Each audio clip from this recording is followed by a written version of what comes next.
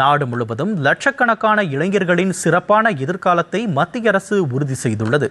இது குறித்த கூடுதல் தகவல் தொடர்பான செய்தி தொகுப்பை காணலாம். இயற்றலும் ஈட்டலும் காத்தலும் காத்த வகுத்தலும் வல்லதரசு என நல்ல அரசிற்கான இலக்கணங்களை தெரிவிக்கிறார் திருவள்ளுவர். அந்த வழியில் பிரதமர் நரேந்திர மோடி தலைமையிலான மத்திய அரசு பல்வேறு மக்கள் நல திட்டங்களை அறிமுகப்படுத்தி அவற்றை சிறப்பாக செயல்படுத்தி வருகிறது.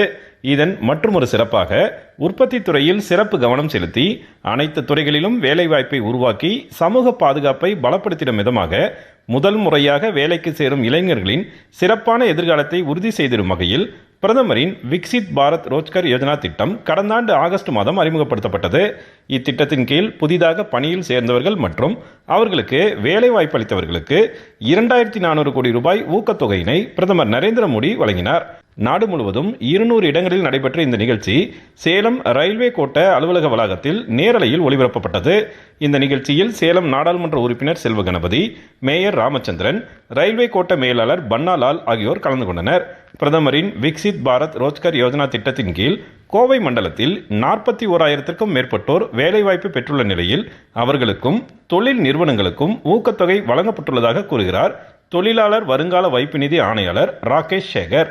Under our Coimbatore zone, which covers regional office Salem, around 41,701 employees got the benefit, amounting to 20.74 crore.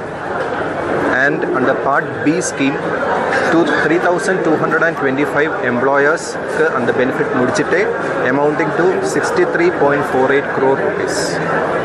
வேலை தேடுபவருக்கும் வேலை கொடுப்பவருக்குமான இடைவெளியை நிரப்பி இரு தரப்பினருக்கும் ஊக்கத்தொகை வழங்கும் இத்திட்டத்தின் நோக்கம் சிறப்பாக நிறைவேறியுள்ளது. இத்திட்டத்தின் மூலம் தொழிலாளர்கள் அதிக அளவில் வேலைவாய்ப்பு பெற்றுள்ளதாக கூறுகிறார் ஹரிகுமார்.